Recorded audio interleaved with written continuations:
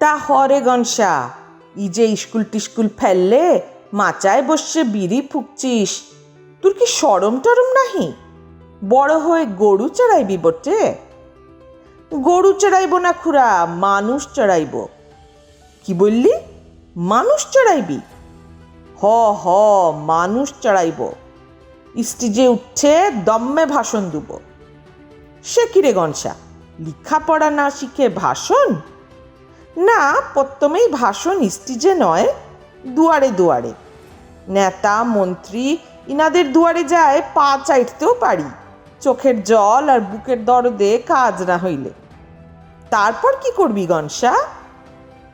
তারপর নেতা হব, মন্ত্রী হব। ও যে দেখছো দূরে ছেলেটা কাঁধে ব্যাগ নিয়ে স্কুলে যাচ্ছে, চোখে চশমা, পায়ে বুট, ও হবে মস্ত অফিসার।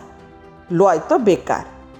স্টেজে ভাষণ দেব আমি, তোমরা আমায় নেতা বাঁধছ, আমি তোমাদের ঘর দেব, বর দেব। বর দিবি? কি বর দিবি রে গনসা? কেনে? ও ফার্স্ট বয়কে চাকরি দিবার বর দেব? আর ও যদি নিজেই মস্ত অফিসার হয়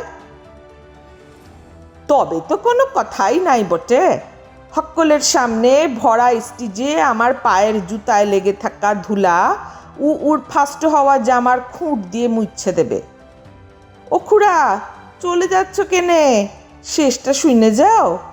ই দেশের নাম ভারতবর্ষ, তাই তো স্কুল ফেললে বিড়ি ফুঁকছি।